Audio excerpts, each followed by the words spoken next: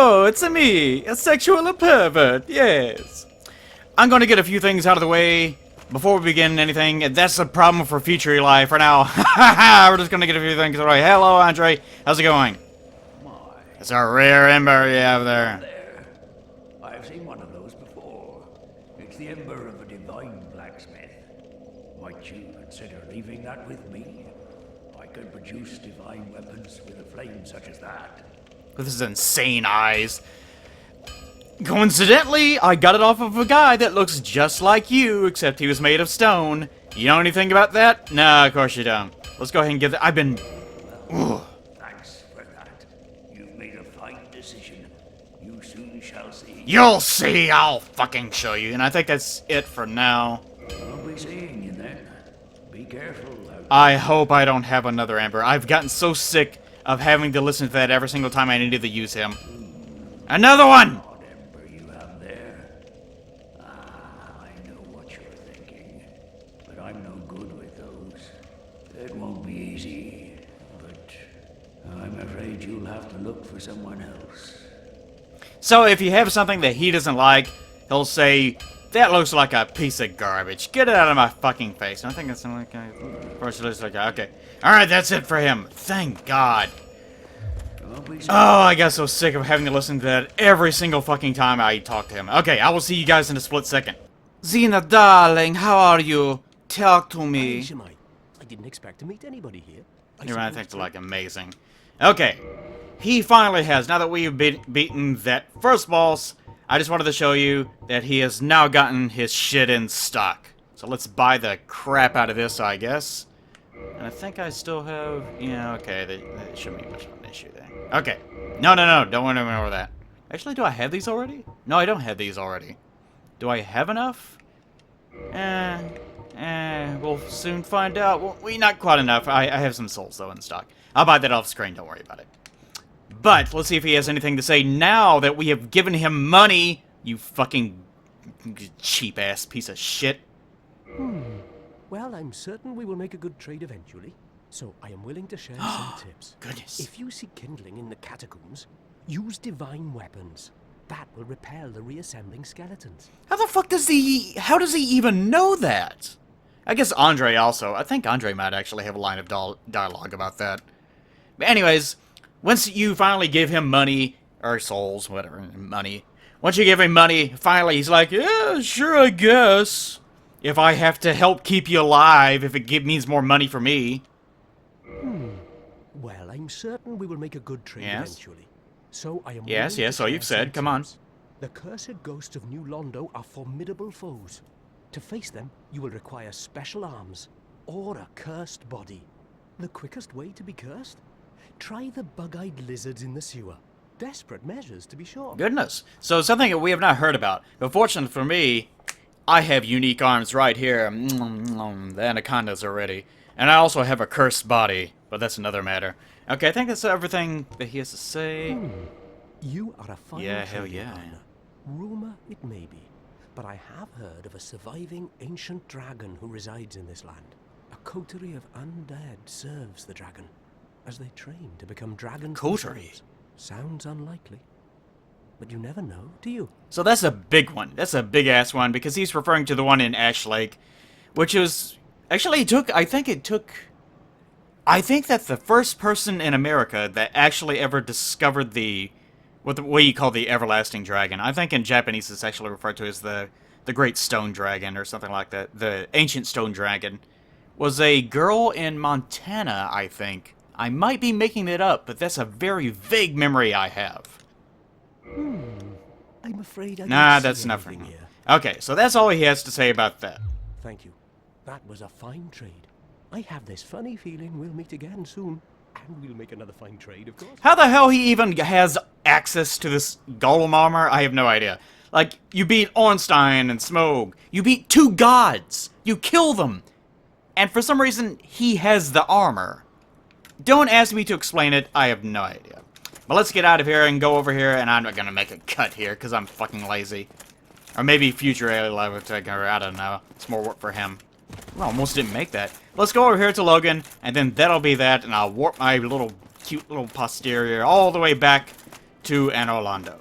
But as you see, since we rescued Logan, now guess who's here? Yay! Hello, Logan, you worthless piece of crap. First, Griggs. Oh, hello again. I was waiting to tell you. Master Logan has What? returned, and he tells me that Oh, he yeah, has he you is. to thank. Well, we are both in your debt now. Thank you, sincerely. He's just over there. Go along and have a chat.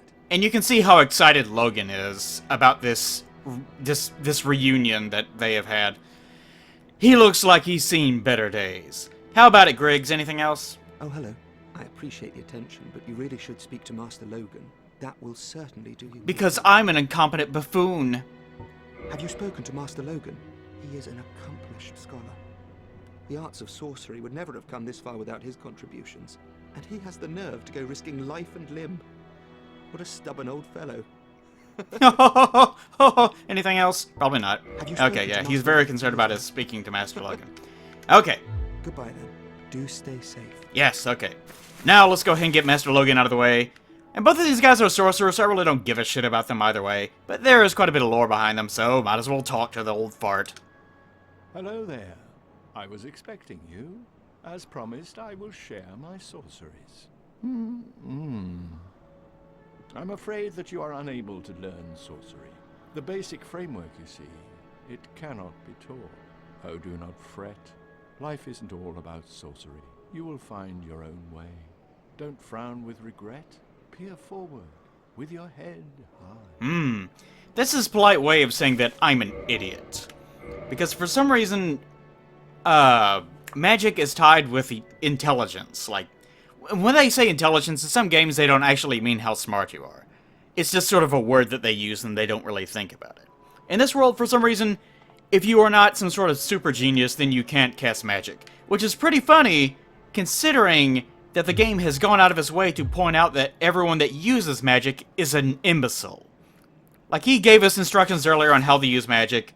How to use magic? You tune it, you put it in the slot, and then you point your hands at someone and pull the trigger, and then they die. So obviously requires a high degree of intelligence, doesn't it? Oh, yes. Hello there. Glad to see you alive. Hello. And that's all he says. He won't give you anything. So I'm going to have to level up my... I'm going to have to get that out of the way. Just so that I can continue to get talk options from him. So I will see you guys in a moment. And now I am back and I've gotten my intelligence temporarily. I'll tell you that. I'm going to roll this shit back. Temporarily up to 15. So that I can talk to this butthole. And he will give me all the precious, precious sorceries that I'm never going to use. Hello there. Glad to see you alive. Oh. It seems you've come quite a way. Excellent. You're certainly ready. I shall teach you sorceries. Don't ask me how he can look at me and... Well, I take that back. You can look at people and kind of tell if they're idiots or not, I guess. But somehow he can look at me and he just sees, like, the glimmer of... You know, below my chunky Neanderthal brow, he sees a glimmer of intelligence. And is like, this fucker might be kinda stupid, but he's probably good enough to tune a sorcery, point it at someone, and pull the trigger. So, alright, let's just take a quick look at all this useless garbage that he's selling. And most of these already have these three. I'm going to have to go through and buy all these things before I roll back. I'm not going to use them, but, you know, need to have them just for reference material, I guess. But, only three of them? Two? One, two... Is that it? Really? Just two? That's it? That's all he has? Ah... Homing Soul Mass. Sorcery developed by Big Hat Logan. Fire Homing Soul Mass. Complicated shit. Life originates in the soul. That's actually important. No wonder the Soul Mass draws toward it. This sorcery is a window into Seeker Logan's method. So he deals primarily... He's actually someone that actually invents spells. So he's hot shit. Logan is hot shit because unlike these idiots like Griggs, who doesn't understand his ass from a hole in the ground, he actually invents spells. He kind of understands how these things work, and he is actually developing new things. Soul Spear. Sorcery again, developed by blah blah blah. A symbol of Logan's strength, the Soul Spear is referenced repeatedly in the legends, and is said to be on par with Lord Gwyn's lightning. So this is unlike being a miracle. In other words, miracles are channeled power of the gods. This instead is a sorcery, which, as we remember in the past, the sorceries were used primarily by the witches. But of course now it's a big clusterfuck of things. Don't think too hard about it, guys. But now he has kind of developed the same kind of idea. Rather than it being a lightning spear, it is instead a soul spear. Which, again, there's so many things wrong with this, because souls are not necessarily tied just to magic. So, I can't believe I'm having to correct Miyazaki on this, but this really doesn't make a whole lot of sense. And this isn't even like it depends on your interpretation. Now, this is just straight out just kind of dumb. Kind of dumb. Anyways, but the biggest thing about this, life originates in the soul. Remember that, and remember for next time, because... Say, well, the way of sorceries is a long, hard road. Take it slowly. He's always kind of just ridiculing me, isn't he? Let's go ahead and try to buy there. something. You really are very diligent. Oh, yes. I quite understand. Study is invigorating. Yes, quite so. Let's get something from him. I really don't care what it is. Get another copy of Soul Arrow, why not? Just to see what his purchase dialogue is like. I will stay here for the time being. Speak to me again to further your knowledge. And that's all we need from him! Yay! And once we actually exhaust him, he's going to wander off, which is the reason why I really need to do this. But I'm going to buy all of his useless junk and de-level myself back to 10 intelligence. Because heaven knows I don't need to be that smart. And then I'm going to homeward boat myself back to Anor Londo, and we're going to pick it up from there. BAM! I'll see you guys in a second. I will stay here for the time being.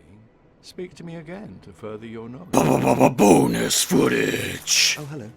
AKA, I forgot about some shit. Check it out! Have you ever cast one of Logan's spells? Isn't it exhilarating? As he sees it, there are no gods, no transcendence, only truth. And Logan only wishes to elucidate it. It is this heretical methodology that allowed Logan to advance sorcery to the point that he has. In a word, he is a hero. Despite the awful rumors, time will tell. The annals of history will prove dispassionate. So the truth finally comes out. Logan is a heretic. And he's a heretic in the sense that he does not abide by the rules of the Thurland Church. More specifically, it seems that All-Father Lloyd and Lord Gwyn, who we'll get into later on, have been holding back the progress of humanity in regards to the development of sorceries and magic specifically for a very long time. Now for the magic of editing! Woo! Okay, now to start the thing proper. Good grief. Good gravy.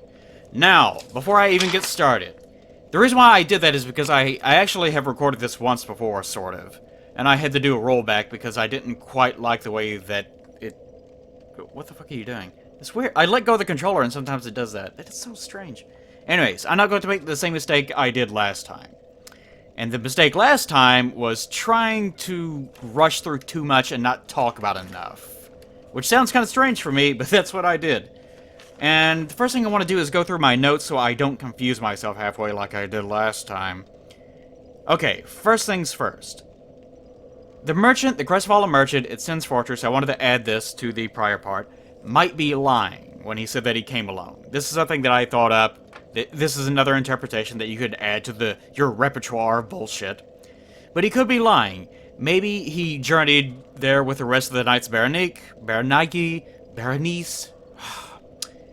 and he's just lying. And he said that he came alone because he's actually a coward, and that's the reason why he's the only one left. That is another interpretation that you can add. Or, of course, that he maybe just picked up their armor and found it on his way in there. But I also wanted to add that he says, but I'm no different from those vile creatures. I was driven by conceit, or something of that nature. And, I thought that was an interesting line that I didn't point out last time, that he would say that he is no different from those vile creatures. I assume he's talking about the Snake Men. He was driven by conceit, which seems to imply that the Snake Men themselves are also driven by conceit. Which is pretty weird. Might tie into the Duke's archives whenever we get there. I'll go more into about the motivations and everything then. I also wanted to point out that the key that I found, yes, I know that they're referencing that they're taking them to Seath. I thought I said that, but maybe I didn't. I don't know. But again, I'll talk more about that once we get to the archives, probably, as far as the motivation is, why he's capturing people and so on. Let's see, anything else? Yes, plenty of things else. The Katarina armor, yes, I know in Dark Souls 2 they added it to the DLC. I was just looking at the Katarina armor whenever I was talking about farming items in DS2. So that was just so happened to be the one that I talked about. It was the Phantom that came to mind. You can say the Mad Warrior set, why not? As another example. What do you get? What? See, that's a prime example of you guys being pedantic about things. You knew exactly what it is that I was talking about, but instead you choose to nitpick on it. You can get it, did you see? I know. You think I don't know? You know that I know. You little sweetie pedantic. You fucking love doing that to me. Because you know I love doing it right back to you. It's a give and take, you know? Another thing, yes, I know you can aim with the binoculars as far as these, actually, I think I still have it on me, actually. Actually, let's use that one. Yeah, it's gonna be right there. Okay. Let's go ahead and demonstrate it, actually. And I think, no, don't do that. Oh, for goodness sakes. That's not what I wanted at all. Binoculars. Okay. Go ahead and demonstrate this, why not? You can awkwardly aim in this way. Aim at whatever it is that you want to hit, then you pull the trigger. Sometimes it hits exactly where you want it to. Most of the time, it doesn't. And the problem is that you... like, say I want to hit the top of that little tower right there. You think, well, you just put it in the center, then you fire the button. As you can see, it doesn't quite work. You kind of have to adjust for the drop-off and everything else. So, odds are you're probably not going to hit whatever you're aiming at. So that is an option if you want to be completely nuts about it. In other words, it's a bad option. Okay, is that all the stupid bullshit that I need to get off my list before I start distracting myself? I think it just might be. And this list I wrote out of line as thoughts came to me, so this is going to confuse me either way. Oh well, won't have to worry about it in the future. Okay, but anyways, now that we have all the minutiae out of the way, let's talk to Darkmoon Blades in her amazing-looking bronze armor. It's a shame that her armor doesn't really match anything else in the entire game except for itself. Because it's a good-looking set, but there are aspects of it I really don't care too much for, like the chest piece and some of the leggings. But otherwise, the helmet especially looks really marvelous. Really like the look of it. Did a good job on it. Unfortunately, it doesn't match anything else in the game, really. There's a couple things you might be able to kind of jam it in there with, but it doesn't look great. Well, you are a rare visitor. Welcome to the lost city of Anor Londo, chosen undead.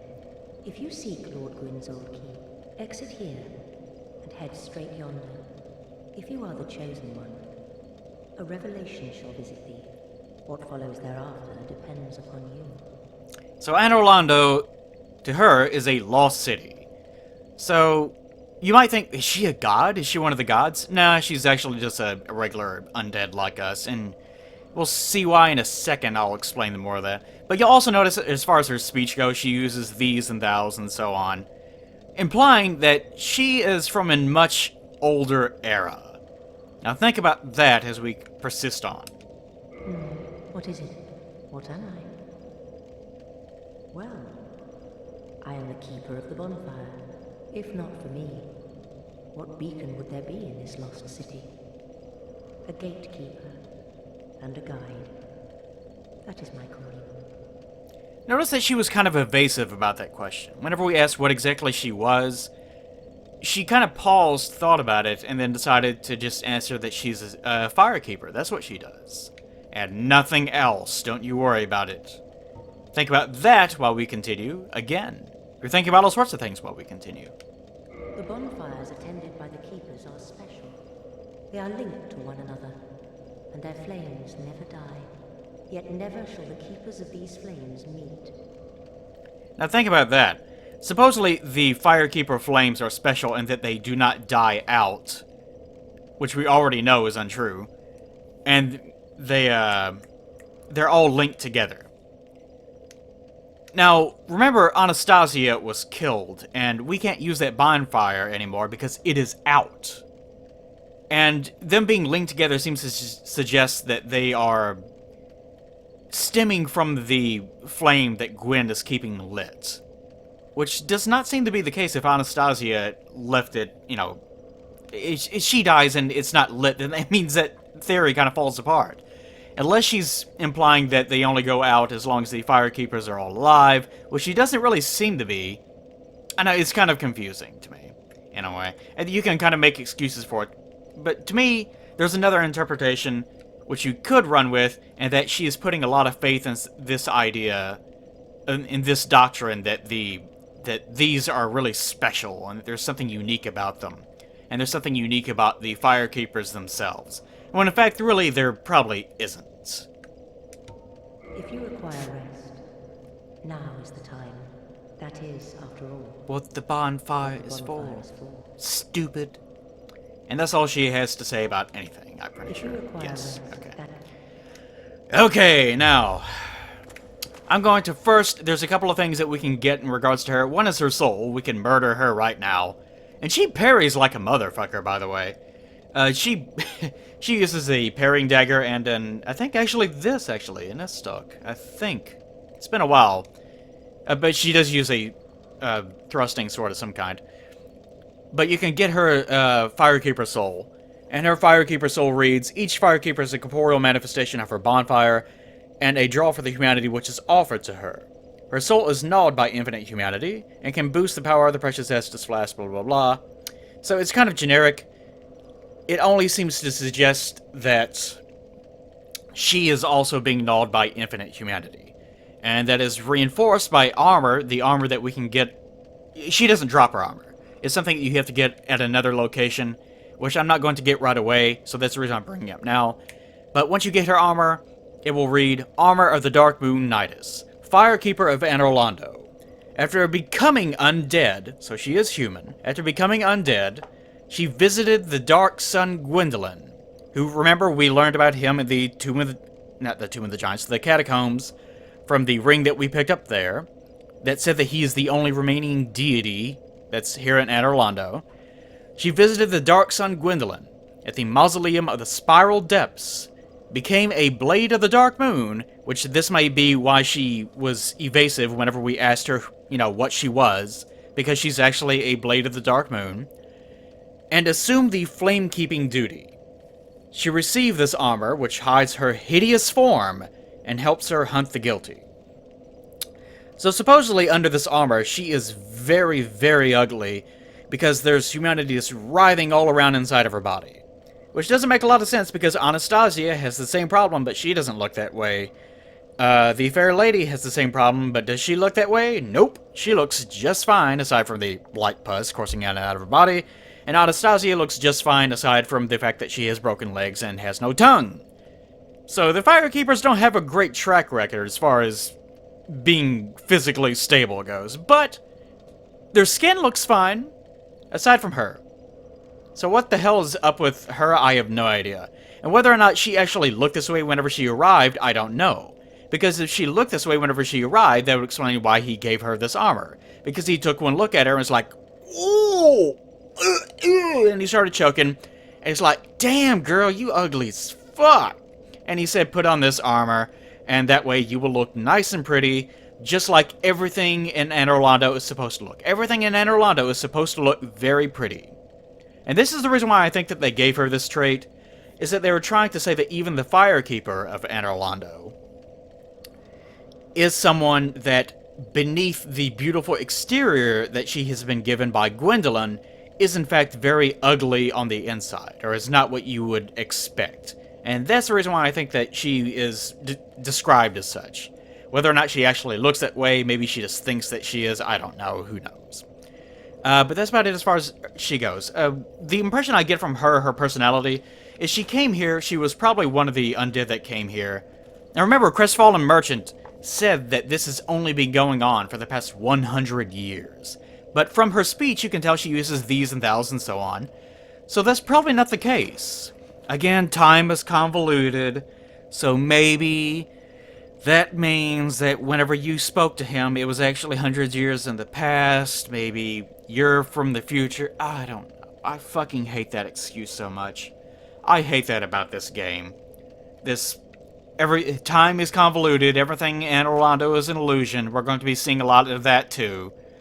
But anyways, maybe that's the reason why, because time is convoluted. So she obviously got here a very long time ago, and has been mucking about with the Darkmoon Covenant ever since. Now, what exactly her role is, because it's kind of weird that a Firekeeper would be a Blade of the Dark Moon, because the Blade of the Dark Moon seek out sinners. People that have violated the kind of sanctity of Anor Londo by doing things like dispelling the illusions here that run Anor Londo. They consider this to be heresy, and so they hunt you down and kill you. So a Firekeeper invading other worlds is pretty bizarre if you think about it. Okay. But sorry about standing in one place for so long, but I really wanted to make sure that I went over that as much as possible. Because the first time that I tried to do a recording of this, I kind of was just trying to focus so much on just getting through as much content as possible that I wasn't really giving everything its due. Okay. But here are the big old... Actually, the sort of symbol on their shields here sort of vaguely look like the symbols that we saw in Sin's Fortress on some of the columns. Not too much, though, so I don't think they're really linked together. And anytime that FromSoft does put, like, insignias on things, I really shouldn't be using... This is really a bleed weapon, so why I'm even... Oh, they actually do bleed! Wow, I didn't even know that. That's especially unusual. Because these guys are supposed to be construct. They don't have blood. Huh. That's probably an oversight. That can't possibly be a thing. That these guys are not just... The thing that they are wearing is called Giant's Armor. And you will note that they are the exact same size as the giant skeletons that we saw down in the catacombs and that we will see later in the Tomb of the Giants. Interesting, So these guys could be, in theory, giants under this armor. But I thought that they were constructs. I'm pretty sure that they are, in fact, so this is kind of confusing to me, that they would bleed. So I'm thinking it's just an oversight. Anyways, the armor that they're wearing is armor of the giants, which we will be able to buy later on in Anor Londo. And trying to get around these guys is kind of awkward sometimes. Goodness, that's a big one. Because, no cat-like reflexes for you, sweetie. Enough of that. But it's kind of hard to get between them and their shields sometimes. As you try to circle them on to the right, like I was doing. Because if you circle left, it's much easier to get caught inside of their circle of attack. Demon Titanite, nothing fancy there. And but yeah, these guys do seem to be associated with the giants. So they could literally be giants. They could be constructs that are formed around a giant's body or its soul. Who knows? But there does seem to be association there, and I wanted to point out that they do not have the same kind of armor aesthetic as the Black Knights and the Silver Knights do. So...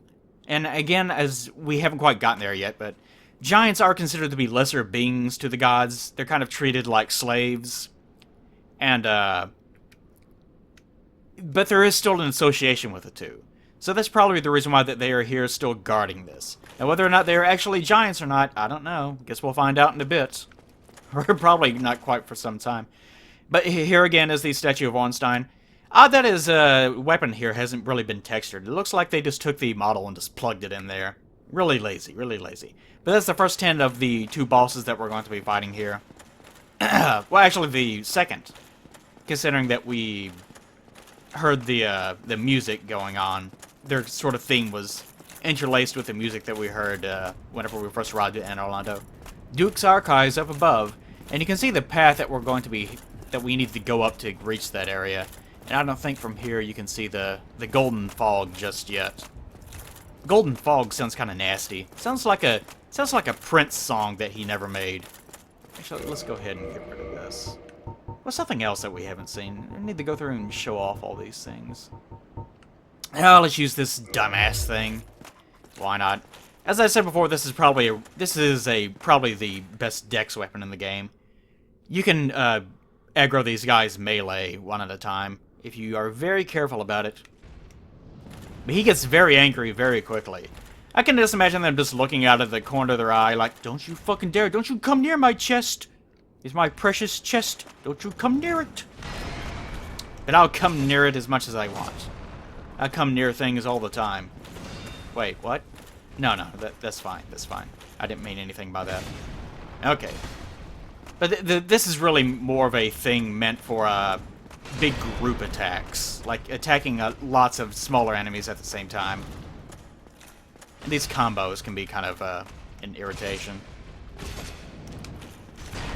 If you're going to be using this, though, probably the best thing... And look at that, see?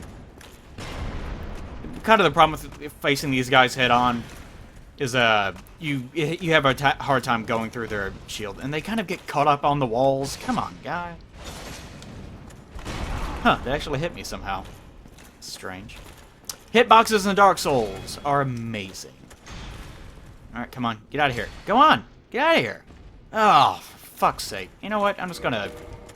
I've had my fill of you for the timing. Let's just go up one. Come on, don't... There you go. Jumping attack! Yes! Thank you. Titanite catch pole. Oh, I love you.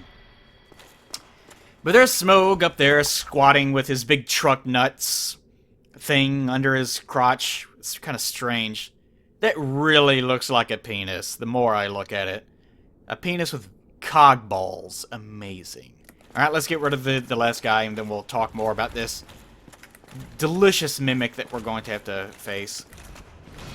No, no, no. Cut it out. Really need something more damage. I'm kind of disappointed with the amount of damage I'm doing here.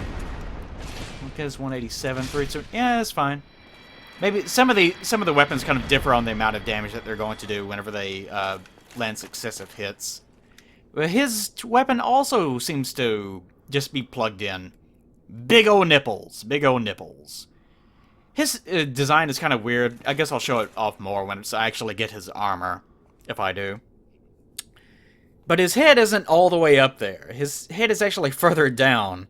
And he kind of sees out of his neck or something, I think. Really weird. I think Miyazaki said, actually, that this is his favorite armor design in the entire game. He really likes those elaborate, silly things, doesn't he? Yes, he does. Yes, he does. And this is just Twinkling Titanite. How many? I only have 3 now, I'm pretty sure.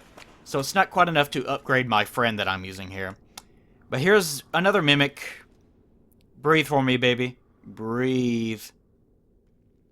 There you go. Yeah, that's the ticket. You can kind of almost see the teeth in there. Anyways. Oh, that's weird. Look, there's an arrow just hovering out there. I think that actually is something that you get whenever you use the binoculars with a crossbow. It gets that arrow. So now I'm going to have this delightful little arrow sticking out of me for the rest of eternity. Yes! Amazing. Or at least until I reload. Anyways.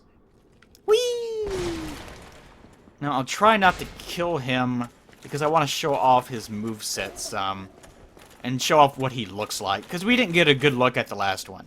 Now, come on, give me the kick. No, not the claw, give me the kick. The kick that looks like it's made for kicking human babies. No, no, not that one. You really don't want that one. If he grabs that... Yeah, there we go, baby kick, yes! Imagine just a little human infant sitting on the ground, and him punting it like a football. Yes, I love that kick. But you really don't want to get hit by that. Because if you do, then he's going to eat you. And you don't want to be eaten. I love that kick. I love how exaggerated it is. Look at his big old long sexual tongue. This guy is amazing. I actually kind of like the ones in Dark Souls 2 better, actually. Their design kind of... I forget how they differ exactly. I don't like how they stand up. I think it's freakier that they have these big humanoid appearances. But the way that they fold out in Dark Souls 2, to me, looks a little bit better, if that makes any sense. And he gives us this shitty-ass crystal halberd. I already have a halberd, and I certainly don't need a crystal. And since it's a crystal halberd, we can't even change it to anything else. Because if you go crystal, then you can't go back. Like, you can't change it to a normal, you can't de-upgrade it to something else. It's just stuck that way. Really shitty. Really fucking shitty. Okay, what else do I want to use? What else do I want to use today? How about the sight? Oh, I didn't upgrade that the whole way. That's why he was doing such poor damage. I didn't notice that it was doing only... that it was only at +5. Shit. You know what? I'm gonna go back and I'm gonna upgrade it. Bam! Shablamses. Magic of editing. No, don't leave without me. That's fine. It's only a little bit of damage. Okay, got everything upgraded to plus 10 like I originally planned, but totally forgot about. Okay, what about the architecture here? Look at the swirly lines. They're so pretty. What do they mean for lore significance? They don't mean anything. Actually, as we're going to see a little bit more, should I go ahead and explain this now? Yeah, I'll go ahead and explain this now. But first, see your friend outside. Hello, buddy. I'm going to murder you. But in a second. I just wanted to point out that the outside of Anor Londo is actually based on... I think I mentioned that last time, actually. But the flying buttresses and whatnot are based off of Duomo di Milano of Italy. Now, I'm going to say that in the most redneck way possible, just to keep you from complaining about me not pronouncing it just perfectly. Duomo di Milano. Now, see, I could not try. Actually, you guys would probably love that anyway, so what am I talking about? But once we get inside Anor Londo itself, we're going to see a different kind of architecture that is based on the Chateau de Chambord, or the Chateau de Chambord of France. Them Frenchies like to design things real pretty like. But the interior is actually going to be based off of that. And I wanted to mention that Lost Izalith, of course, is based off of Angkor Wat in Cambodia, which I'll talk more about that definitely once we get there.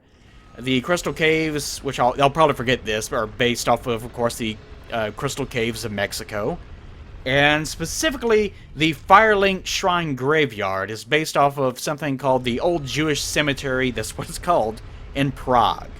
And I will speak more about that as I murder my friend here. Actually, he was kicking up gravel while he was running towards me. That's pretty neat. I've never noticed that before. That's pretty cool. But these guys are pretty annoying because they have these huge-ass arcs. Don't you dare. And more specifically, they're annoying because if he'll start doing it... Oh, actually, let me do it. Huh. Usually, he's a big bitch about that. But usually, the reason why he's a bit of a problem is because he jumps... There he goes. He'll jump over you, and then when you get near him, he'll do it again. Then you get near him again, and he'll just keep doing it over and over again because he's a pretty little princess. And he has iframes whenever he jumps as well that keeps you from damaging him. Sort of like that. That time I just straight up missed him. But he does have iframes on some of his little escape moves. Because again, he's a pretty little princess. He gets everything his way. Doesn't have to abide by the rules like the rest of us. Because he's special. Burn in hell, my friend. Burn forever in a godless hell of your own creating. Okay. Anyways, I was going to say about Prague. Ooh, summon sign. I'm not going to use it. But it's rare. Oh, he's using the dumb mask, too. I like that one. There's a famous image of someone peering through binoculars wearing that mask that's pretty funny. Anyways. Not going to summon you. It's kind of weird to see someone actually... Usually you only see summon signs in Anor Londo these days, next to the bonfire in the castle. Oh, by the way, I'm probably going to... I really don't want to keep my humanity while I'm inside of Anor Londo. So probably the first thing I'm going to do is to find someone to invade the shit out of me and to kill me in the most hilarious way possible. I might survive up until I actually reach the bonfire, but who knows? Maybe I'll actually get invaded within Anor Londo itself. Who knows? Anyways, the Prague thing. An old Jewish belief is that you should not ever disturb the graves or the headstones of Jewish people. So what they would do is they put as many graves down as they possibly could, and then whenever they ran out of room, they put a new layer of dirt on top of the existing graves, took the headstones off, put them on top of the dirt, buried new people, put new headstones next to those graves, and they kept doing this for, I think, 8 different layers, and as a result, now the cemetery as it looks now is just a big mess of nothing but just like gravestones as far as the eye can see. So you'll notice, Google pictures of it, it's pretty cool. the old Jewish cemetery in Prague. And it's pretty neat looking. You can definitely tell that the influence is there. So I guess maybe the implication is that it's sort of like whenever we saw the catacombs. Remember I was pointing out the catacombs and how everything is organized in layers of things happening?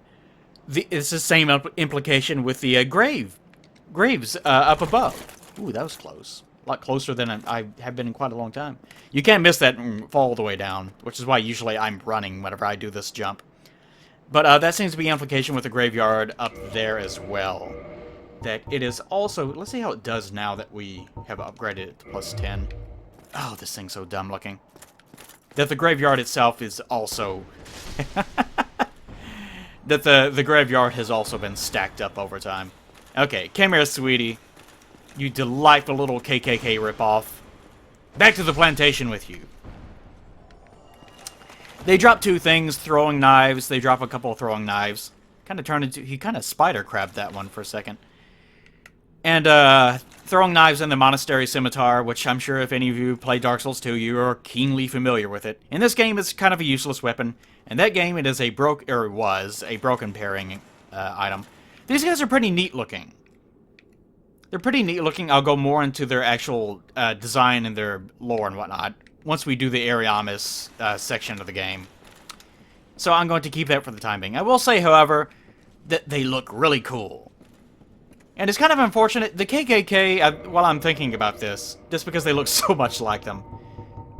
And by the way, I'm going to try to show off the pike here because of its running attack. I'll do this real fast. Backstep into a running attack. The only one like that in the game. There are two things in the game that have multi-hit triggers on the run attack. One is the S-stock that I was using earlier that has 2. The pike has 3. But I think it has reduced damage whenever it does it. So, it's kind of not particularly great. Anyways, I'll get this thought out before I keep going. The KKK, it's unfortunate that the KKK use the kind of tent hood look that actually was around for a long time before they came along. It's a shame that they got a hold of it, because now it's kind of ruined. You can't really use it anymore. And these guys get really close, as far as the design goes, to looking kind of like that. They probably, since it's a Japanese-made game, they probably didn't really think about it. It's probably... Surely they didn't get notices, and they were like, oh, careful, careful, careful, careful. They probably didn't get any notices like that. Anyways. Hey, where'd you go? There you are. Kind of taking a sabbatical over there? Amazing. And somehow that also... I guess he fell down on top of it whenever he fell, but it knocked down the chandelier as well. But you're supposed to come over here and you're supposed to, you know, attack it with whatever. And that'll knock it down.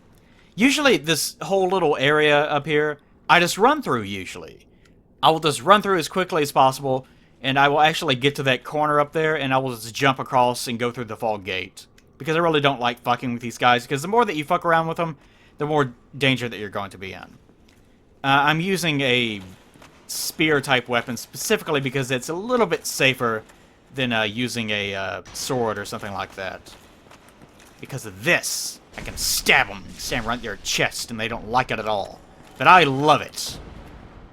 And you can also kind of trap them into jumping across a corner and bouncing off of your shield, and they will fall down to their inevitable demise that way. Yeah, see, this is the part where I usually jump off of. You can make that jump. Speedrunners always use this jump, and I like to do it just because I like to feel like I'm showing off. But not today, because I've got to be careful because I'm recording. Now, the most important vista in the entire game. Yes, let me just soak this in for a moment. Let me take a drink. Now let me pour it all over my face. Oh, yeah. This is stuff. This is a statue of Guinevere. This is the first thing that we have ever seen of her. I wanted to point out that, in regards to Guinevere, I'm not sure if this used to be a temple of Guinevere that was converted into holding the painting of Ariamis down there, or if this was constructed for the sole purposes of housing the painting. If it was, that is a bit more confusing, because then why would a statue of Guinevere be here, unless she was somehow associated with it as well? So I kind of imagine that it was something that was pre-existing, sort of like Sin's Fortress, my personal lore in regards to that, and that it was something that was just converted after the fact. Now, I wonder if I can jump straight into her cleavage. This is very important to me. I need to perform this test, so let's align myself just perfectly, and maybe I can nestle myself deep into her bosom. Come on. Oh, just missed. Wouldn't you know it? How unfortunate. You're not supposed to jump. You're supposed to just roll down. It's a bit safer. If you look up her dress, this is also very important. If you look up her dress, you'll notice her legs are all kinds of fucked up. Because the modeler got lazy. He got lazy. And for some reason, her thighs are kind of, I don't know. Actually, now that, oh, I can't really tell. The three-dimensional perspective is so fucked up. But it kind of looks like the stone is wrapping around it. But at the same time, it kind of looks like it's just floating in midair. I can't really tell. Oh, it's not that important. Why am I devoting so much time to looking up her dress? Why? Why? Because I want to. Because if I had a dress, she'd be looking up it all day. These statues here are the same. I think they're the same exact model as the one that we saw in Sins, minus the arms. The arms on those were outstretched, sort of like they are in some of the concept art or the promotional art of the game, in which they're holding a sword. And these guys seem to be holding a sword that does not exist anywhere in the game. It's not the Silver Knight sword. It is much longer. It sort of looks like the one that's in the opening cinematic, actually. Which I'll get into a bit later. There's a major plot point that I need to hit on once I get kind of done with this little area. But yeah, you can't get that sword. Just wanted to point that out. And there was something else I just thought of. Oh! I wanted to point out in Sin's Fortress, you see in a lot of areas that these statues are kind of just thrown up against the wall, which seems to me to suggest that at one point they used to be placed a bit more safely, and that is a hint that it used to be that it is a renovated area. In my opinion, that is my personal lore. But that's what I kind of gather from that. This is the reason why they're all scattered all around the place. Let's use something different. I don't know. What have I not shown you guys just yet? I haven't... Yeah, there's plenty of things, I guess. Let's use Rickard's rapier for a second. Let's go ahead and try to use this that way. Do it? Yeah, okay, I have that equipped. Alright. Go up here and kill our last southern plantation owner. With his fine cotton outfit. Where'd you get all that cotton? Where would he possibly get all that cotton? He's a slave owner! That's the joke. Look at his head. Amazing. I love this game. He's like eating out his own chest, trying to get the xenomorphic chest burster out of his chest as soon as possible. Love it. Fucking love it. Come with me to magic. This is amazing. I don't want it to stop. Oh, you ruined it. You ruined it. Get out of here, you. Our romance is over. Okay. That's enough of that. And I'm pretty sure this is a Divine Blessing. Divine Blessing. And I've already read the description of this. But I just wanted to remind you that Divine Blessings are blessings that are given by Guinevere. So obviously this is supposed to be here as well. So either it's been here a long time or it was just recently put here. Let's get a better look at her. God damn, she is stacked. And might mention this later, but the original concept art, she was kind of, I think, even kind of flat-chested in a way. But the concept artist took a few liberties, and Miyazaki did not have the heart to tell him no. And the world was better off for it. Miyazaki isn't perfect on everything, and he wasn't perfect about that. The goddess of bounty and fertility, why would you not have her have a massive wreck? I mean, not to be overly sexist about it, but really, like ancient fertility symbols always have... Ancient fertility symbols actually usually, this is kind of interesting, are always like really big and fat and rotund looking, like very, very curvy. Which I guess is supposed to be, you know, if you have fertility, then obviously that applies to bounty of the harvest and having lots of animals to kill and so on. So I imagine that's the reason why they were usually portrayed as being very overweight. Because that was not exactly a common trait to have back in the day. Oh, there I go. Yeah, you can kind of bounce up and down against the wall sometimes. And that'll get you killed. Retrieval, yeah. And while we're up here, I wanted to point out, I noticed this coming back, but I almost forgot about it. But there are little murals up here that sort of suggest, again, the theme of bounty and harvest. Are those dead infants in a basket? I think they are. Guinevere, have you been eating dead children? Oh, it's conspiracy. Conspiracy in the Temple of Guinevere. Anyways, yeah, there's like wheat shafts and probably like dicks in there too. So it's probably all sorts of bounty and harvest and whatnot. Okay, let's see if I can get myself killed once again trying to do this. Because you can bounce around quite a bit on the models of these things. I don't think I really deserved to die that last time. But maybe upon further review, like that, see? It was aimed as perfectly as I could aim it, and you just kind of just bounce around like a little rubber ball for no good reason. Dark Souls physics. Dark Souls physics. Come on down here. I want to show the R2 off of the Rickard Rapier here. Yes, yes, yes! Pokey poke, poke, poke, poke, poke. Oh, did you drop something for me? It better not be throwing knives. It was throwing knives. I'm never going to get that thing. Oh, I'll have to farm for that later on, off screen. Alright. But we're pretty much done with the first half of this area. I'm going to try to get to the next bonfire. Well, actually the two next bonfires. Because there's a couple things I need to discuss in regards to Anor Londo proper. But for now, let's go ahead and change weapons. Because I'm going to have to fight another one of these buttholes. What's nice? What can I use that's nice? I haven't actually showed the Man Serpent Greatsword yet. I got one of these in true Dark Souls fashion. I got one of them, and then immediately after like farming for like 2 hours trying to get one, I immediately got another one for like the next guy afterwards. Man Serpent Greatsword. This single-bladed, blood-stained greatsword is the choice weapon of the slithering... They don't slither, they walk. Fuckwits. Slithering serpent men of Sin's Fortress. An ordinary human will have great difficulty swinging this heavy beast effectively. Big dumb weapons in Dark Souls, big dumb damage. Which is quite true of this weapon, because this is one of the best strength weapons in the game. It's only at plus 10 now, and it already has B scaling on strength, and has pretty high base physical damage in the first place.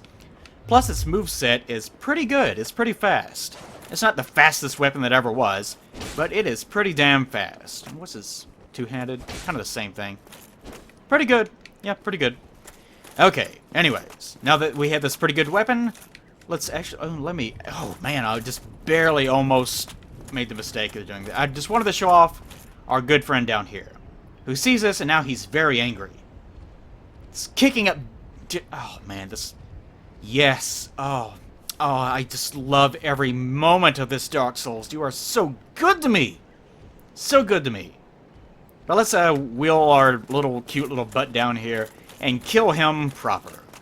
And I will point out that this whole thing is bizarre, but it seems to be constructed for the sole purpose of keeping people from accessing Anor Londo easily.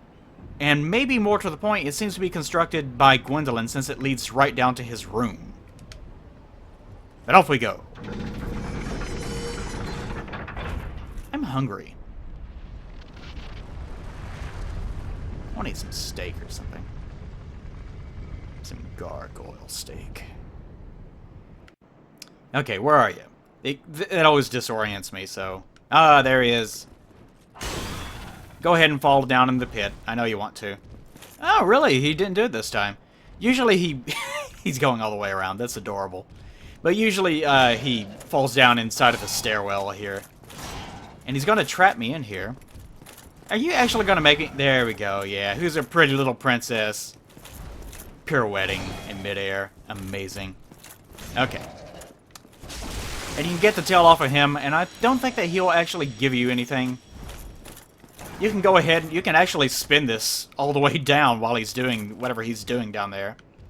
Where did he go? Where'd you go, princess? Come on, sweetie. Sweetie buns. Come up here. Come on. You can do it. Yeah, come on, just closer. I really want to plunge attack you. I really want to plunge attack you. Come on, really?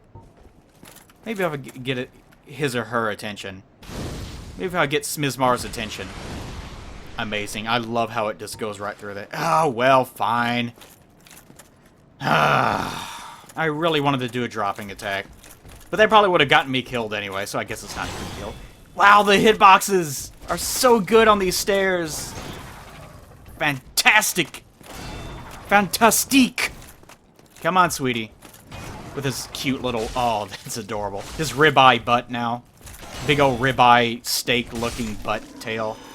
Yes. Yes. Okay, we got all three. The halberd and the shield and the helmet. I've already got everything except for the shield. I need to show this one off, because we've seen everything else. And I'll go ahead and show off its physical resistance rating is very poor, 85. Bronze shield of the gargoyle guarding the bell of awakening the undead church. You can tell that these are possible drops from the ones in the church, and they just did not feel like changing the description. The gargoyle skin is tough by itself, and perhaps its shield may have been a prop. You think? It used to be a fucking statue. Of course it was a prop. Its whole body was a prop. How did it even come to life anyways? You ever thought about that? How did it come to life? Who made it come to life?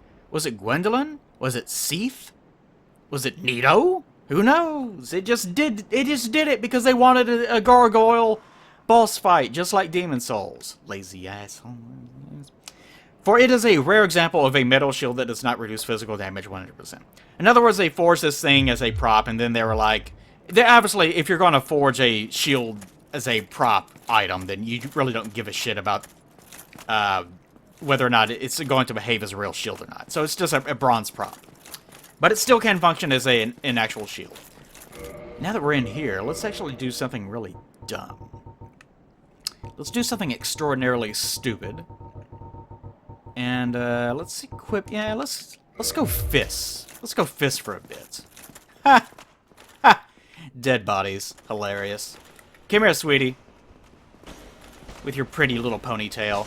Oh, they're pretty princesses, too.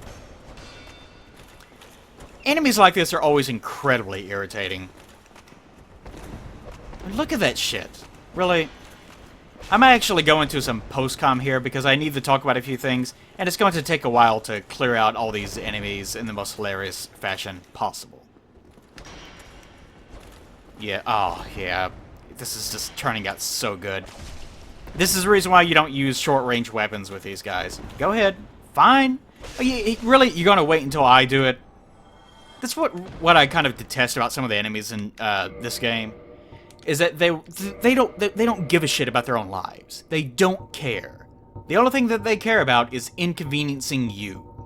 And as long as they can land some damage on you, they don't care about anything else. What should I use, actually? It's probably best to use a spear against these guys. So let's use the wing spear. I don't even think I've even shown this off. But this is a terrible weapon, to be quite honest about it. Not a great weapon. Be sure you don't aggro every last one of these guys at the same time, because that will spell disaster. Because as you can see, they are extremely hyperactive. And the other ones don't seem to... I guess the other ones are just looking at, like, Ted over here, and he's just, like, jumping up and down next to a column. And every so often there will be this long spear-like protrusion will just come out of the column, and they're like, holy shit, that column's attacking him. Amazing. And he doesn't even suspect, oh, there's someone here, guy. Oh, I die because I'm stupid. I shouldn't have imprisoned all those people. Alright, come here. But there are a few things that I need to talk about in regards to this part specifically. And that's mainly the whole idea of Anor Londo itself being one great big illusion. Now, if you dispel the illusion, obviously everything is still here. The map is still here. Where are you going? Really, sometimes they will get into a loop of just throwing knives at you over and over again, even though it accomplishes nothing. Even though it accomplishes absolutely nothing. They will just stand here for an eternity, and I think they do this actually because they're scripted to do it, because of specifically the part up on the rafters. Because up on the rafters, them throwing shit at you over and over again is actually quite deadly. But anyways, I'm going to actually... Let me look at my notes here for a second so I can get this out correctly. Because this is very important. Stepping off from the part, what I ended with on the last part, the idea that maybe the history that we have seen in the opening cinematic maybe isn't true, I made a short little list of things that kind of go along with that. One, the dragon bones, of course, the fact that they have souls, which makes no sense if the dragons don't die. And also the fact that dragons have children, apparently, because we see, like, the description of,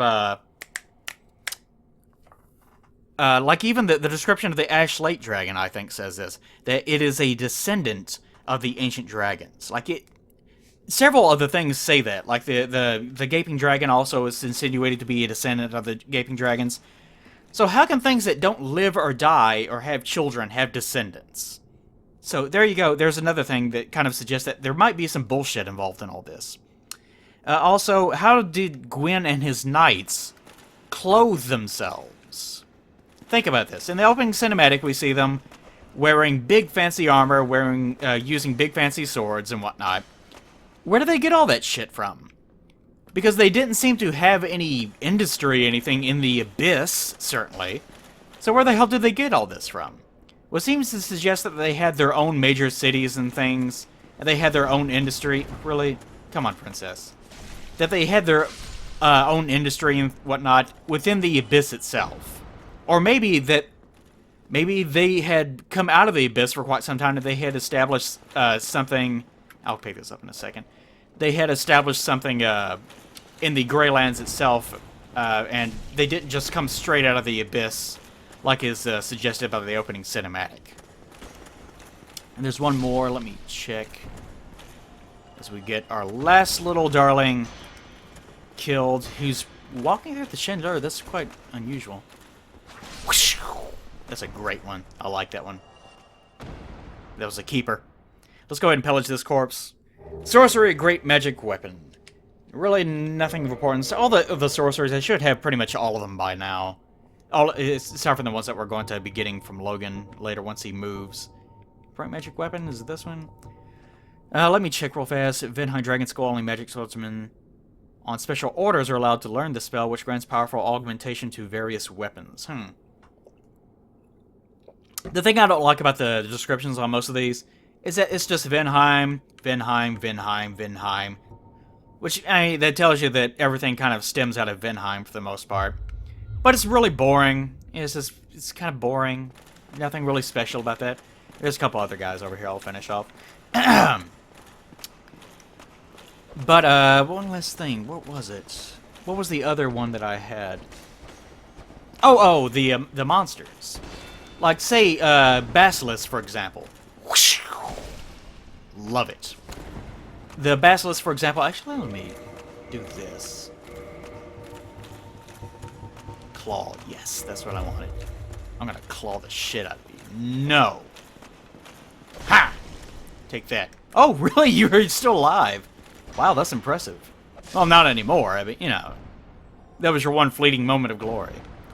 Anyways, like the Basilisk, for example, and some of the other creatures that are insinuated to live within the Greylands, we haven't gotten to the other one that's kind of more... the big clam things, in other words. You'll know them when you see them. We haven't gotten to them just yet. And also, like the mushrooms live within the Hollow, which kind of suggests that they may also be from the Greylands. But those things live and die. And they seem to have always done that. So, how could they live and die in the Greylands? And there's lots of other things, like the dragons and the drakes themselves. Whenever we get into Anor Londo and the thing that people assume to be Ornstein's room... hold on. Whenever we get into Ornstein's room, people assume to be... we're going to see a lot of heads of drakes. Which suggests that they had been killing them for a very long time. And if drakes lived in the Greylands, how could they live and die? And like Seath, for example, why was Seath the way that he was? If the dragons themselves had been things that had always existed forever, because nothing ever lived or died or started or ended and so on, then where did Seath come from? Because Seath obviously had to have been born if he is mortal. So what was he born from? Or is he just immortal naturally until he is killed? And the crystal that we're going to find later, does that just keep him from being murdered? Apparently not too well. So there's all sorts of little bitty logical holes that are kind of being shot in this idea that the Greylands and the way that the world works as far as the opening cinematic told us works, that maybe it's not quite as true as we think it is. That could be a problem as far as the writing goes, or it could be something that we're actually supposed to recognize. I don't know. Make your own determinations, but we're going to see more and more evidence of it, and more arguments to make back and forth as we go further into the game. Okay, sorry. Black iron helm, black iron armor, and so on. This is the corpse of Black Iron Tarkus. Go ahead and finish off the rest of this. And he also has a great sword and a black iron great shield. I did roll back some on a save to get a few of the dialogue things that we saw in the beginning, so I shouldn't have a great sword in this particular save. Okay. But it is unusual. This is kind of a... Nah, I guess I was about to say it was kind of a chunky looking corpse, but that's fine. But the insinuation here is that Black Iron Tarkus did the same thing that we did. He came across on the rafters, but at some point he fell and died. And I guess these guys dragged him back into this corner and were like, that thing's stinking up the place. Drag him back here. And why exactly this one guy was guarding him, I don't know. This is unusual, and this happens all throughout Dark Souls. An undead, we find the corpse of an undead, which should be impossible, because they're undead, they don't have corpses. Whenever they die, they just get right back up. Unless we're to assume that any time that we find the corpse of an undead, it is so far gone that the pygmy that it has reverted to just does not give a shit, and is just going to lie there for the rest of time. Which I doubt. This is a corpse, as far as I'm concerned. As far as I'm concerned, that's dumb to make that sort of argument. So this is just another one of those errors that Dark Souls has. There's no internal consistency to the logic of the world that we're in the first place.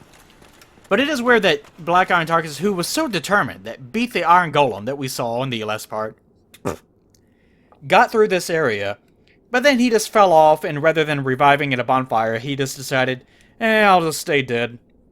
Or maybe it's another time is convoluted, guys. It's the Force. That maybe he just hasn't revived yet, or who knows, God knows what else. I hate thinking that way. Anyways. Painting of Ariamis. Not gonna go in it. Not gonna go in it just yet. Haha, fooled you.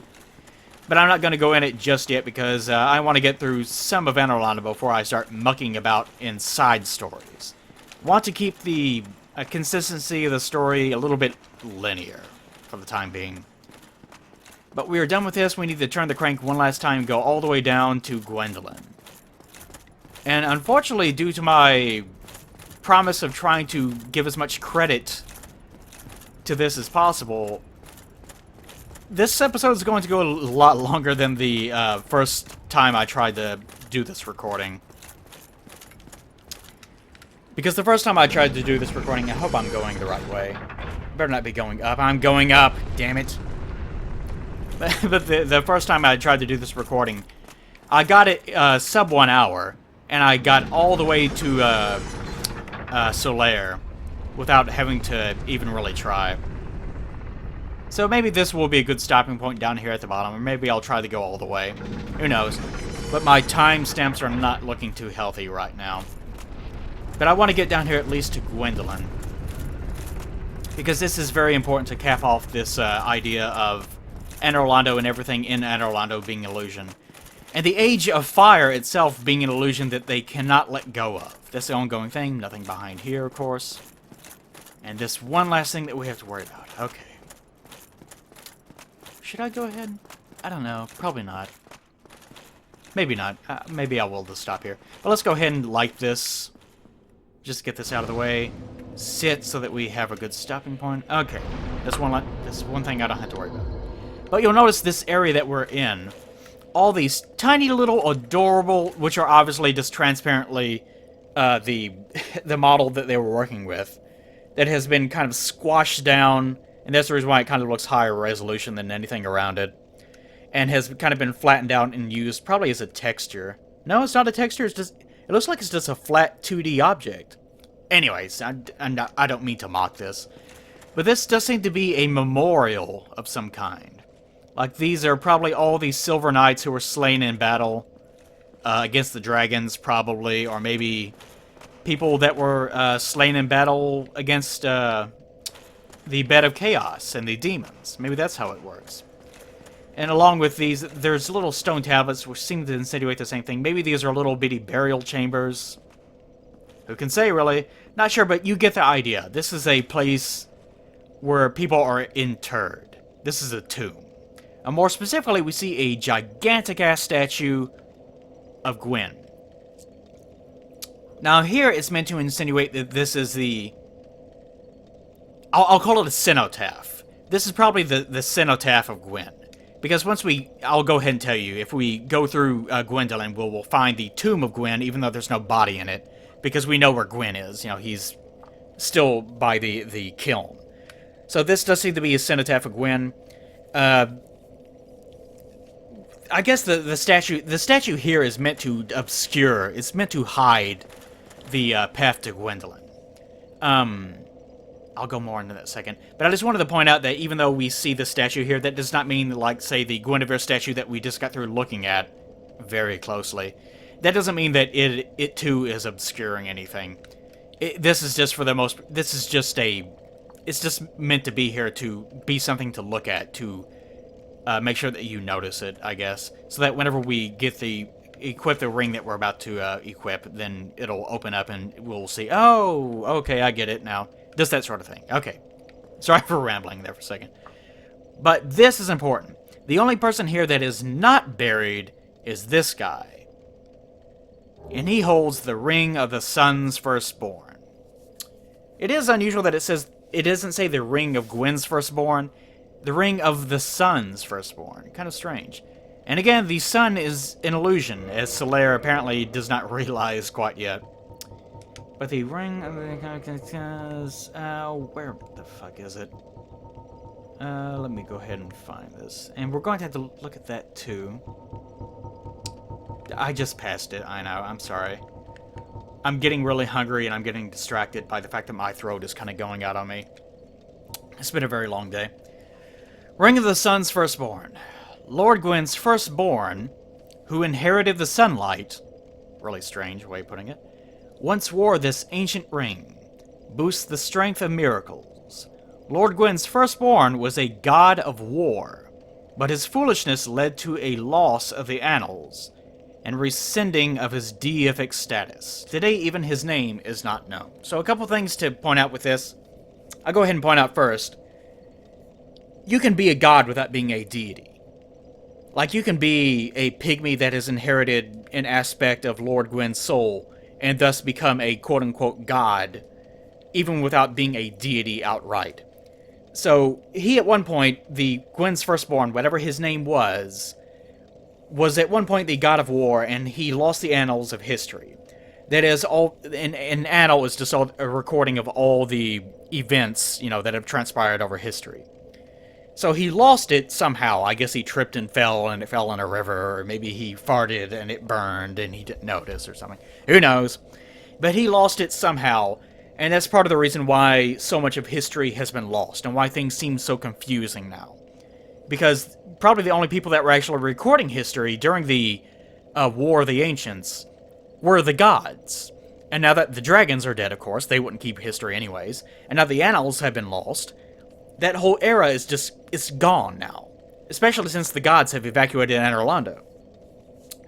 So, what else should I mention with this? That he inherited the sunlight, and he once wore this ancient ring. Whether or not this actually is the corpse of that guy, who knows? It could be that it was actually someone that, got the ring and came here, but, just ended up dying here. I don't know. But I will say that this is an interesting place for him to be, because it does seem to suggest that the god, the former deity who was stripped of his power, returned here once Anor Londo, opened back up, and he just ended up collapsing here and dying. Why here specifically, I don't know. Maybe because this is supposed to be implied to be the tomb, the cenotaph of Lord Gwyn, or maybe just because he felt some obligation of being here with the rest of his comrades. Like, these are the people that presume... If he was the god of war, then he would have led all of these people into battle. All of his comrades, all of his old friends, And these would be all the people that he had disappointed and all the people that he left behind. So maybe once Anor Londo was finally evacuated by the gods, maybe he felt like this was the best thing to do. To return home and to die here with the comrades that he had been set apart from for so long. Okay. And one last thing before I cut this off. I guess I'm not going to make it to Solaire this time around. But I feel a lot better about this commentary, that's for sure. Darkmoon Seance Ring. Remember, we picked this up in the catacombs. On, inside of a giant coffin that had a statue of mother and child lording over it. Keep that in mind. Once we equip this, the statue of Gwen vanishes. The statue of Gwen What the fuck is this? That's a jar? It's not even symmetrical. Get the fuck out of here. Put up with that non-symmetrical bullshit. Anyways, this is where Gwendolyn is hiding out. And Gwendolyn is, we know, I'll go ahead and name them. Gwen had 3 children that we know of. Gwendolyn, who is right here, who is actually a boy but was raised to be a girl, which we'll learn about more in future parts. Guinevere, who the illusion is of, still at the very tip-top of Anor Londo. And the firstborn, whose name has been stripped from history, who apparently is right up there. And Gwendolyn doesn't seem to much give a shit about him, either way. But now we need to talk to Gwendolyn, who's a dick. Halt! This is the tomb of the great lord. Is it? Tarnished it shall not be by the feet of men. If thou art a true disciple of the dark sun, cast aside thine ire. Hear the voice of mine self, Gwendolyn, and kneel before me. The way he phrases that is kind of unusual in that he's referring, if you follow the dark sun. So he seems to be kind of admitting to the knowledge. He seems to be admitting that we know already that this is all an illusion. Because he's already referencing the dark sun. And the dark sun is sort of a reference to the sun that we have seen that is an illusion. That whenever we look away from and look back, then it kind of appears and reappears. Some people, by the way, said that might be a PC-only thing or a 60 frames per second thing. It's not a 60 frames per second thing because that's always happened with me. As far as it being PC-only, I don't know. Anyone in the comments section, if you have a console and that works for you too, be sure to mention it, because I don't know, because I've never played a console version of this game. But he does seem to, and he says to calm to calm our ire. Tongue twister there. So he does seem to be addressing us with the context that we have figured out his little secret. And he's begging us, don't come in here. Don't kill my ass. Just hear me out. And this seems to be a major question with this game. Is even though that you know that Anor Londo in all of its splendor, and the Age of Fire in all of its splendor and all of its glory, is a lie, that it's an illusion, hear me out. Because the illusion is what makes life worth living, right? And that's the question. And that's the gist of what the Darkmoon Covenant that we're about to join is going to be. The Darkmoon Covenant is here to protect Anor Londo. It's here to protect the illusion. If people dispel the illusion, they become sinners. And they are tracked by the Darkmoon Covenant. And that's their job. That's what the Firekeeper, the Darkmoon Knightess up there, the Firekeeper of Anor Londo, is also doing. She's a hunter. That's the reason why she didn't want to tell us what she was doing. Whenever we asked her what exactly she was, she wouldn't tell us that we were, that she was a servant of Gwendolyn. Because does he know about Gwendolyn? Does he know about the illusions yet? She didn't want to tell us. Because she obviously is someone that sides on... She sides with the Age of Fire. She thinks that she even seems to realize that this is all illusion. Because she is part of this covenant. But that's okay with her. She seems to be intent on preserving the Age of Fire. Because she is a bondkeeper. She is a bonfire keeper. So she does seem to be intent on siding with, Frampt and Gwen and all those people. She wants the Age of Fire to persist. And Gwendolyn is the same way, and the Darkmoon Covenant is entirely about that. Preserving the Age of Fire, preserving, more specifically, the illusions. Amazing trap ahead. That's hilarious. Because he's actually not a woman. Even though he's kind of a pretty cute kid, that's for sure. He's a cute boy. Anyways, let's kneel and... O disciple of the dark sun, thou hast journeyed far. Hear my Okay. voice. If thou shalt swear by the covenant to become a shadow of Father Gwyn and Sister Guinevere, a blade that shall hunt the foes of our lords, then I shall protect thee, safeguarding thy person with the power of the dark moon. If we choose... It's kind of odd. He refers to... There's a dark sun and a dark moon. I'll probably go more into this in the next part, because I'm running really low on time. But I just wanted to point out that he said that we can become the shadows of Lord Gwyn and Guinevere, which can infer a lot of things. Maybe it means that they are casting light down and you are now their shadow. You are standing not in their shadow, but, you know, they're casting light and you are basking in it and, you know, you become their shadow. Or it could be that you are standing so close to them, you are behind them, you are supporting them, that you are their shadow. There's all sorts of things that you can read into that way. But kind of a clever use of the word shadow. Just wanted to point that out. But we're going to go ahead and join this covenant because there's a... Well, yeah, let's go ahead and join the covenant because I'm done with the current one that I'm using, the Chaos Covenant. Oh, what a spectacular view right there. And for our trouble, we get the Blue Eye Orb and a Darkmoon Blade Covenant Ring. Covenant Stone. Very well. Now thou art a blade of the dark moon, hunteth the enemies of the lords by the power of the dark sun. So by the power of the dark sun, we act under the power of the dark moon to kill people for the false sun for the sake of preserving the real sun. Oh, Lord! But that's it for that for the time being. Thank goodness. Now let's see if I can remember to look at these things, and then we will be done. Yes, this one. Okay. Darkmoon Blade Covenant Ring granted to those bound by the Darkmoon Blade Covenant. Answer Dark Sun Gwendolyn summoning. Gwendolyn, all too aware of his repulsive, frail appearance, which actually, if you see him, he's really not that repulsive, other than the fact that he has snakes for legs, created the illusion of a sister Guinevere. The way that that's phrased almost makes it seem like Guinevere never existed in the first place. Created the illusion of a sister Guinevere. Just that A is kind of weird. But I'm pretty sure that she existed before then. Because it says later, once we will get information that says that she left Anor Londo to marry the Flame God. She left Anor Londo and she also married the Flame God Flan. Anyways, who helps him guard over Anor Londo. An unmasking of these deities would be tantamount to blasphemy. So she also seems to have given up her deific status along with pretty much all the gods to escape Anor Londo for whatever reason, which doesn't make much sense.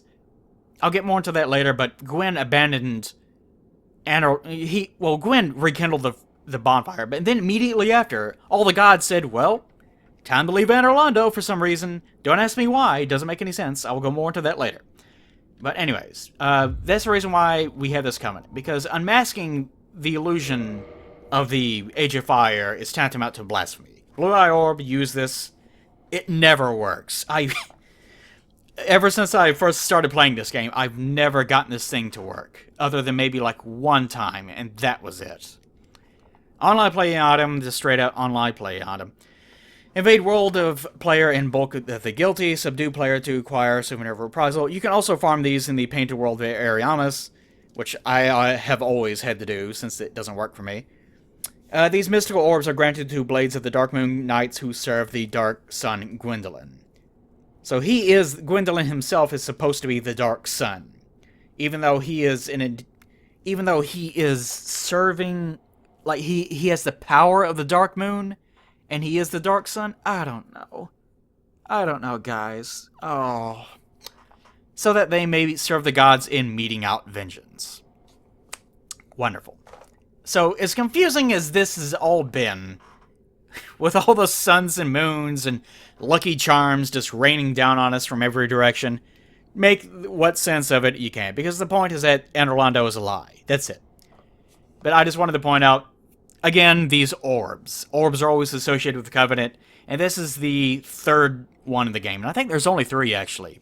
There's a red one, which is associated with Kaeth, which we have not had access to yet. There's the blue one that we just got here, and there is the black one, which we got whenever we found Anastasia's corpse, or her dingy robes. That's really all we found. Really weird. Anyways. Oh, Lordy mercy. That's it for this time. My throat is gone.